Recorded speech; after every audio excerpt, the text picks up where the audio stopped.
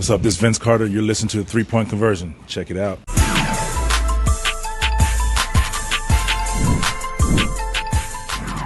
It's 23s, and you're not shooting the ball well, it's going to be, either a really close game or, a game where you having to really fight to win it.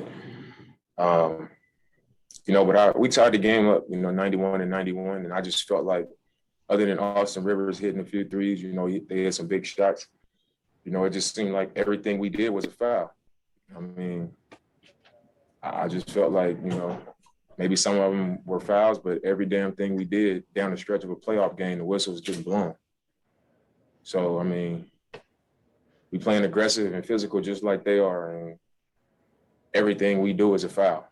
So, anytime that's the case, you're getting whistled for a foul pretty much every time down the stretch of the game when the game is on the line and you give up a few threes and they shooting the ball that well from three, it's going to be hard to win the game. So do you feel like out of everything else that was a big difference tonight? You guys got the short end of the stick? I mean, it was a lot of things we could have did better. We can't make no excuses and blame it on that. But I'm saying, despite how well they shot the three, we still gave ourselves a chance down the stretch. We tied the game up 91 to 91. And I'm saying from there, even in the third quarter,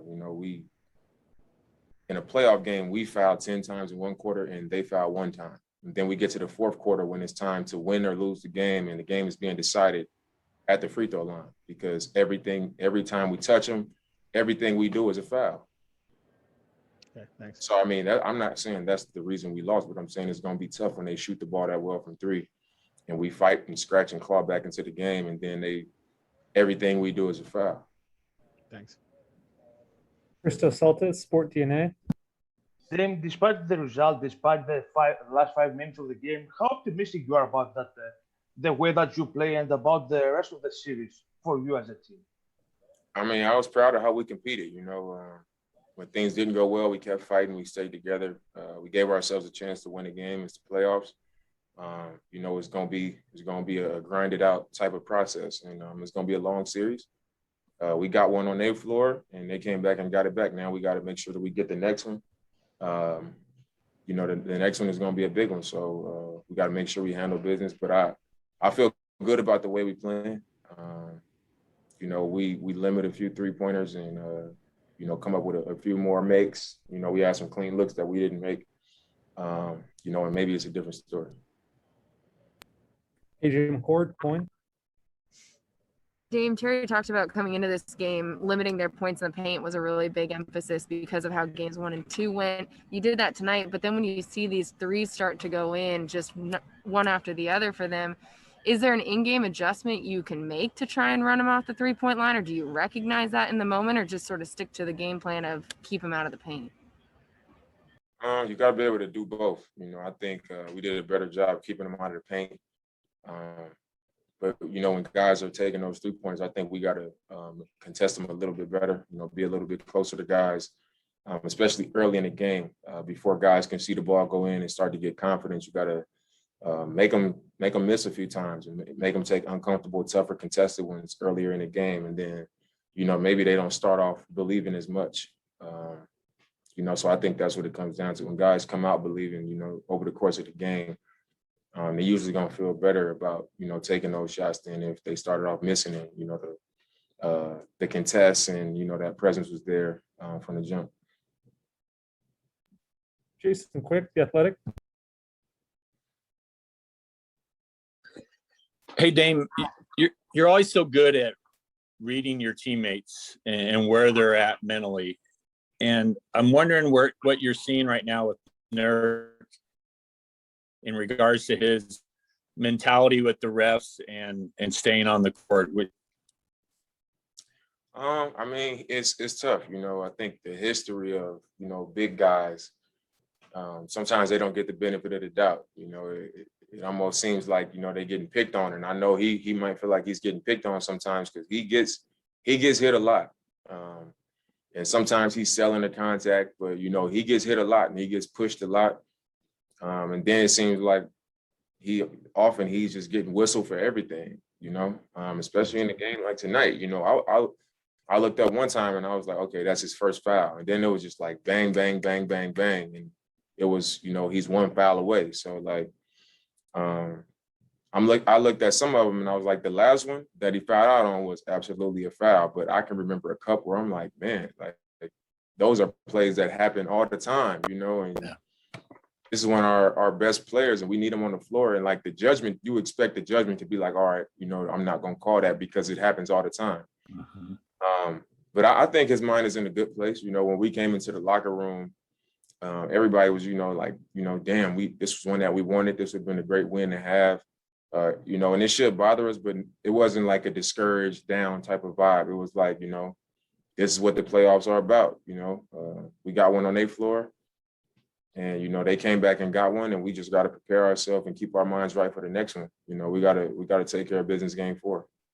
And I feel like in these 3 games, Nurk's importance has really been magnified. Do you kind of feel that way too? For sure. I mean, their best player is their 5, and you know that's an important matchup in the series. And we need him on the floor for his versatility defensively, to have that big body that can, you know, move around with Jokic and be on the block with Jokic. You know, and it's a issue for us that Nurk, you know, can solve. You know, obviously Jokic is going to do what he does, but like Nurk is our best matchup for him. You know, so we need him to be on the floor and we need him to, you know, to be playing confident and in a good space. Aaron Ventress, Oregonian. Damian, in game 1, which you guys won, the bench gave you guys 34 points. The last 2 games, other than Melo going off in the fourth quarter tonight, the bench has struggled a little bit. How much more pressure is that putting on you and CJ and Norman to carry the team? And are you concerned about their lack of production? You know, not really. It's I think in game 1, you know, the opportunity was there. You know, I think we got in the paint, we kicked it, we swung it, and I think it was just more opportunity out there, and guys just made shots, and it happens like that. You know, we had a good game where everybody made shots, kind of like they had tonight. Guys made shots. They, you know, they felt good about what they were doing. I think we had a game like this in game 1. And sometimes the minutes change. You know, some guys that were out there longer in the first game weren't out there as much in the second game, and some guys weren't out there as much in the third. So I mean, it's not the same amount of opportunity for that type of production.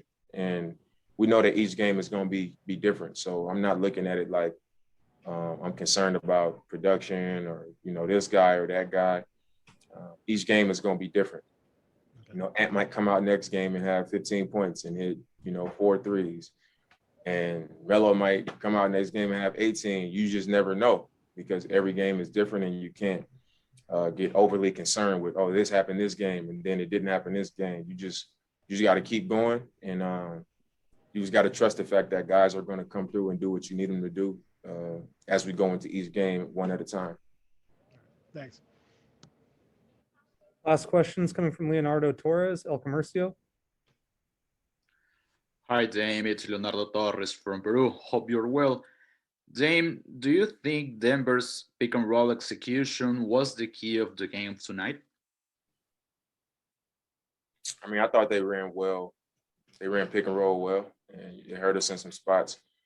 But I think the major key was how well they shot from 3-point compared to how we shot from the 3-point line. It's a make or miss league, and today in this league, everybody's shooting a lot of threes, and the team that's hot from 3 usually come out on top, especially if the other team isn't matching that effort from the 3-point line. That's just the way it is. When you make more threes than the other team, you're giving yourself a good advantage and a better chance to win the game. And I think that's what it came down to tonight. They got hot from 3, and we didn't make enough.